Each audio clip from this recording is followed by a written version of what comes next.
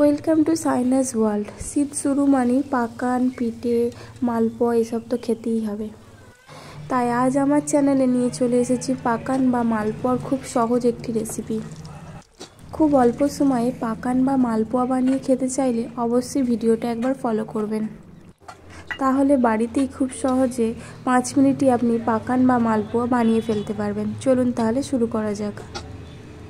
আমি এটা গুড়ের মালপোয়া বানাচ্ছি। আমি প্রথমে 3 কাপ আলো চাল গরম জলে ভিজিয়ে রেখেছিলাম, তারপর এটা ভালো করে বেটে নিয়েছি। আপনারা চাইলে বাজার থেকে আলো চালের আটাও কিনে নিয়ে বানিয়ে নিতে পারেন।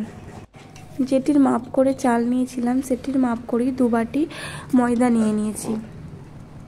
যেহেতু এটা আমি গুড়ের মালপোয়া বানাচ্ছি তাই আমি গুড় নিয়ে নিয়েছি। আপনারা চাইলে চিনি সিরে করে এর মধ্যে দিয়ে দিতে পারেন।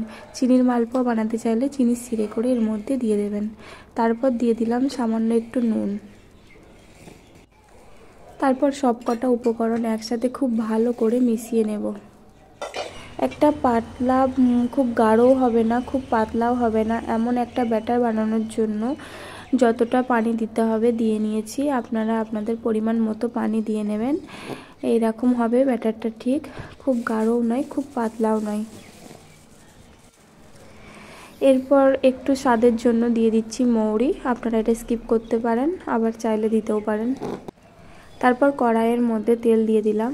তেলটা ভালো করে গরম হয়ে গেলে একটা কাপ নিয়ে নিয়েছি, যাতে একই মাপের দিতে পারি। এই কাপের মাপ করে 1 কাপ করে দিয়ে দিচ্ছি। দিয়ে ভালো করে গোল্ডেন ব্রাউন করে ভেজে নেব। এপিট উপিট উল্টে ভালো করে ভেজে নেব।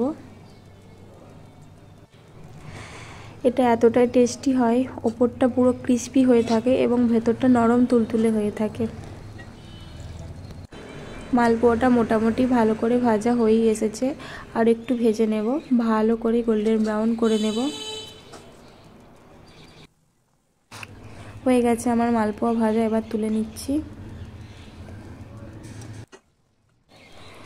সেম একই প্রসেসে এবার সবকটা মালপোয়া আমি ভেজে নেব। দেখতেই পাচ্ছেন মালপোয়াটা কত সুন্দর ফুলছে। মালপোয়া যত ভালো ফুলবে তত ভেতরটা নরম হবে এবং ওপরটা ক্রিস্পি হবে। প্রত্যেকটা মালপোয়া ভাজতে আমার প্রায় 2 থেকে 3 মিনিট লেগেছে। গ্যাসের ফ্লেমটা আমি আস্তে করে রেখেছি যাতে ভেতরটা কোনো রকম কাঁচা না থাকে। গ্যাসের ফ্লেমটা জোরে রাখলে তাড়াতাড়ি গোল্ডেন ব্রাউন হয়ে যাবে, কিন্তু ভেতরে কাঁচা রয়ে যাবে।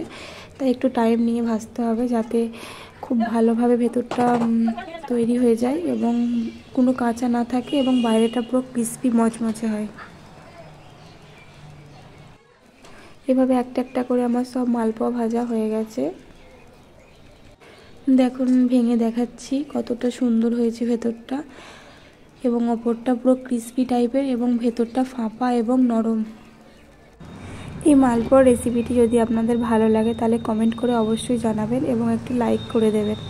চ্যানেলটি সাবস্ক্রাইব করে প্লিজ পাশে থাকবেন।